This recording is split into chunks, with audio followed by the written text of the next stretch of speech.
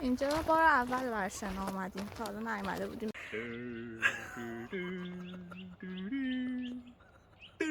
تیپش رو ببین، شلوارش هم زیر شلوارک پوشیده، حجاب اسلامی رو رعایت کرده. بچه ها ما رسیدیم ایستگاه اتوبوس، جایی که قراره امشب بخوابیم. خب ما کمپ زیاد میکنیم توی اسلو، جزیره ها و جنگل ها، ولی همیشه چادر میاریم.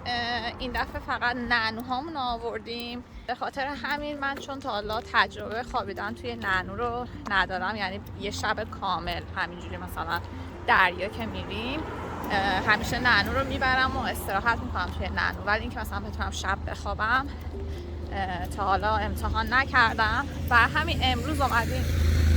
یه ملخ چسبید به گوشم، گوشمو قایم کنم که پکمشه نزنه. گفتیم یه جای نزدیک مرکز شهر باشه که اگر من نتونستم توی نعنو بخوابم بتونیم دوباره برگردیم خونه. اریکم اینجاست. بعد البته اگه الان ساعت 11 شبه، 24 جولای هست، ساعت 11 شبه، ولی خب دیگه اگه من پشیمون بشم اون ساعت دیگه اتوبوس نیست، بعد با همین اسکوترها برگردیم خونه. بعد ما باید بریم اون بالا ماله ها. یه چیز هم داره، دریاچه هم داره. اول جای خوابمون رو درست میکنیم، بعد تا ساعت 12 یکم قدم میزنیم توی جنگل.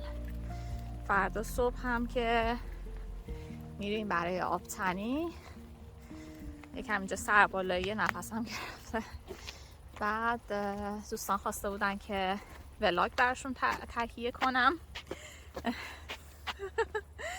ولاگ تهیه کنم که کمپ کردن توی نروژ چجوریه. اینم بهتون بگم که توی نروژ بیشتر جاها کمپ و خوابیدن آزاده، ولی حتما باید چک بکنین. بعضی از جاها مثلا مناطق هستش که از نظر پوشش گیاهی و جانوری حفاظت شده هست، اونجور جاها نمیتونین. مطمئن نیستیم بار اول ما بال اول خب دیگه بعد بریم بالا، کاری نمیشه کرد. میریم بالا. از بالا بهتون خبر میدم که آیا ما مسیر رو درست رفتیم یا دوباره باید این همه پله رو برگردیم پایین بریم مسیر درست رو پیدا کنیم. دعا کنیم برام بچه ها. خداحافظ. خب بچه ها ما اشتباه اومدیم. الان ببین هنوز ما روبروی خونه ها هستیم. گفتم اینجایی که ما انتخاب کردیم وسط شهره که اگه نتونستیم بخوابیم بتونیم برگردیم خونه. مسیر اصلا اینجوریه، چیز نیست، پله نیست، باید صخره نوردی کنیم تا اون بالا بریم. ما اومدیم تقلب کنیم، زرنگی کنیم، یه مسیر خوب پیدا کنیم، ولی اینجوری سنگلاخ و بدبختی و مصیبت نصیبمون شد. الان دوراهی شده اینجا. در استنگ؟ خب ما این راهی رو میریم که ملت سنگ پنگ گذاشتن، شاید راه راحت تری باشه که آثاری از آدمیزاد دیده میشه. خب دیگه الان اینجا درخت زیاده، تاریک شد دیگه، شما هیچ نمیبینید. ما رسیدیم به مقصد. دوباره براتون فیلم میگیرم. اینجا برای اینکه خیلی نمای قشنگی داشت به شهر، گفتیم که یه توقف کوتاهی بکنیم، یکم آب بنوشیم، خستگی در کنیم. یه دلیل دیگه که ما امروز یه مسیر یکم ساده تر، البته همچنان هم ساده نبود، خیلی سربالایی اومدیم الان، چون دیگه خیلی تاریکه، کیفیت فیلم خوب نمیشد، من فیلم نگرفتم از مسیری که اومدیم بالا. الان پریود هستم، اینه که مسیر طولانی خیلی نمیتونم پیاده برم. بعد گفتم که یه مسیر ساده تر انتخاب بکنیم. البته ساده که بهتون میفرمایم همون 3-4 کیلومتر پیاده روی توی سنگلاخ و داستان ایناست. کلا به این صورته که فرهنگ طبیعت گردی کاملا با ایران خیلی متفاوته. اینجوری نیستش که مردم با ماشین تا دم جنگل و دریا و اینجور جاها برن، بعد وسایل پیکنیکشون رو در بیارن و بشینن اونجا به غذا خوردن و قلیون کشیدن و اینا. وسایل ضروری و خیلی سبکشون رو توی کوله پشتی میذارن، خیلی سبک. اینجوری نیست که نمیدونم قرمه سبزی یا گوشت و سیراب یا اینجور چیزا بار بزنن. غذاهای مقوی اما کم وزن.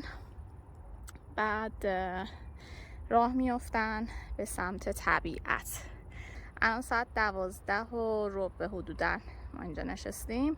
حدود 1 کیلومتر دیگه مونده که برسیم به لب دریاچه. خب ما رسیدیم به وسط راه. لب آب نرفتیم برای اینکه هم مسیر خیلی تاریکه، بعد اینکه البته یه نیم ساعت دیگه دوباره روشن میشه، مشکلی نداره، ولی چون لب آب بیشتر پشه هست گفتیم که خب ما که الان شب نمیخوایم شنا کنیم، واسه چی بریم لب آب. گفتیم اینجا بخوابیم وسط راه. ببینید اینجا دیگه الان درخت هست، شما هیچی مشاهده نمیفرمایین. خب میبینید ما الان یکی از نعنوهامون رو اینجا در این قسمت نصب کردیم، قراره که اینجا بخوابیم.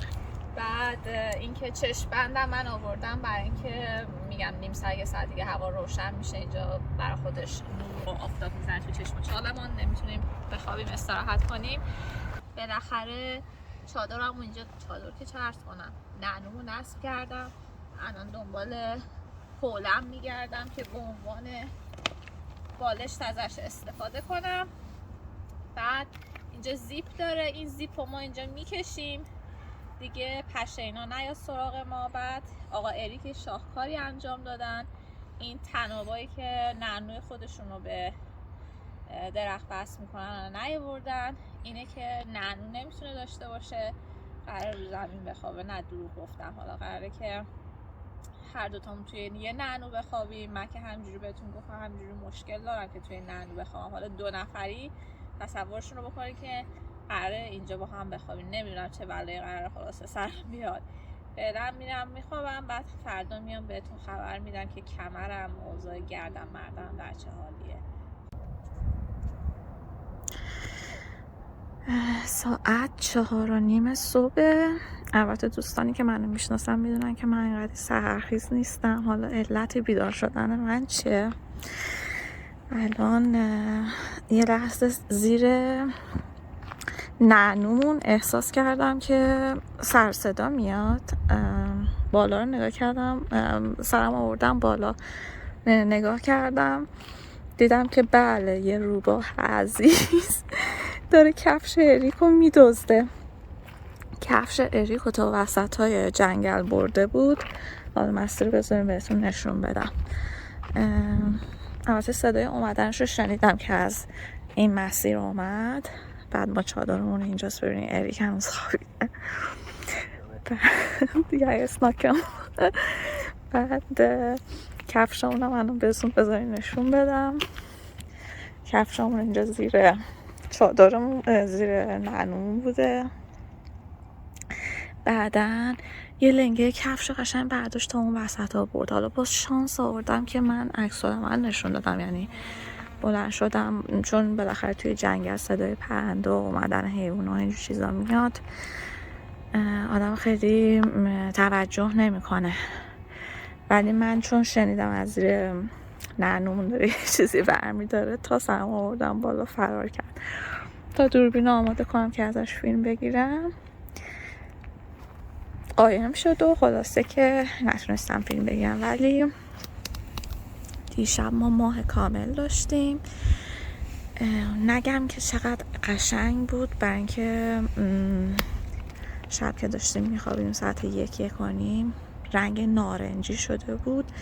بعد این قسمت لای درختا میتونستی ببینیم نور ماه میومد، خیلی قشنگ بود. خلاصه خب ما فعلا بریم باز یه چرتی بزنیم اگه بتونیم، بعد بقیه مسیر رو میریم و میرسیم لب آب.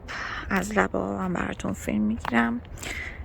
البته خیلی راحت نخوابیدم دیگه. فکر کنین که 2 نفر داخل یه چنین نعنوی ساعت طولانی برای استراحت خوبه، ولی برای خواب طولانی خیلی راحت نیست. دیشب حدود 20 درجه بود. بیدار نشده داره بله میخوره. بله این هم کلوچه نیست. من بذارم از نزدیک بله رو بهتون نشون بدم. عشق نروژیا. خب آقا اریک کلوچه‌شو بخوره و ما بساطمون رو جمع کنیم، بقیه راه رو بریم بالا. نزدیک آب شنا کنیم. زود میام. خب ما بعد از اون پانورامایی که گرفتیم برای شما اومدیم یکم بالاتر، رسیدیم به رستوران. البته الان یه دونه کافه خوشگل کوچولوی اتوبوس قدیمی رو برداشتن به شکل کافه درست کردن. چمدونا رو میبینیم بالاش گذاشتن. بزنم قیمت گذارده؟ نه قیمت نزده. مثلا یکم قیمت ها رو بهتون نشون بدم. اینم رستوران پشتشه. ما میخوایم بریم نهار بخوریم. نهار سبک بعد بخوریم برای اینکه میخوایم بریم تو آب. البته من چون دیشب خوب نخوابیدم، من آفتاب خیلی خوبی هست. بعد نهار میرم یکم آفتاب میگیرم، بعد میرم توی آب. یکم شبیه هولمنکالنه، همونجوری توی ارتفاعات بالا. دو چرخه ها رو سبز خوشگل. یه جای خوشگل پیدا کنیم بشینیم ببینیم. هم داخل میشه نشست هم بیرون. بعد برای صندلیاش چتر گذاشته سایه داره، ما بیرون میشیدیم. از رستوران آمدیم، حالا میخوایم بریم به سمت دریاچه که از دیشب شما رو کشتم. هی میخوایم بریم دریاچه شنا کنیم. ببینین زنبورا رو، زنبور ببینین. این مسیر الان نیست ولی پروانه هم زیاد دیدیم. یه توپولی، یه دونه لاغر زنبورها. مزایای نروژ این رو هم اضافه کنیم که هر جا اینجوری دریاچه ای، رودخونه ای، فیوردی هست و برای کسایی که شنا دوست دارن. این هم از آقا اری که میگه سابسکرایب یادتون نره. ببینید تو این گرما مصیبت ما اومدیم داریم گزارش تهیه کنیم. سابسکرایب کنین عزیزان. اینجا هم بچه ها کافه است.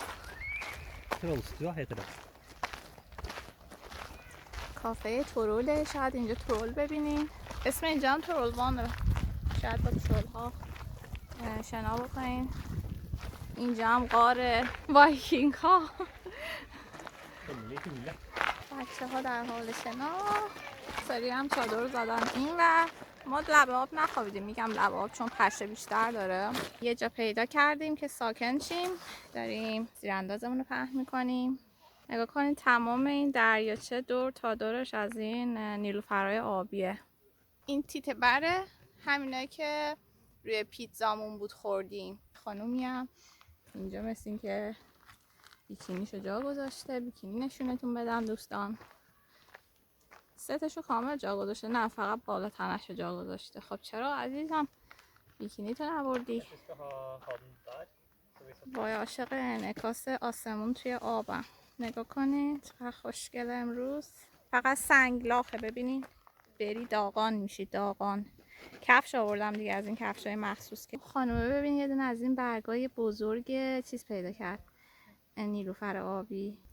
ما درون رو پرواز میدیم، سعی میکنیم که بریم از اون گلای خوتگل اونور فیلم بگیریم. فعلا یکم بشینیم. خب بچه‌ها الان من داخل آب هستم. اگه یادتون باشه یه لایو اینستاگرام براتون گذاشته بودم که آب‌های اینجا خیلی عمیقه. اگه شنا بلد نیستین اصلا الان ببین فاصله از اینجا تا اونجا خیلی زیاد نیست، ولی من روی انگشتای پام وایسادم. یعنی واقعا آبش عمیقه. یه ذره برم عقب‌تر کامل دیگه توی آبم. ببین الان اینجا فقط یه قدم رفتم عقب‌تر دیگه شما شونه‌های منم حتی نمی‌بینید.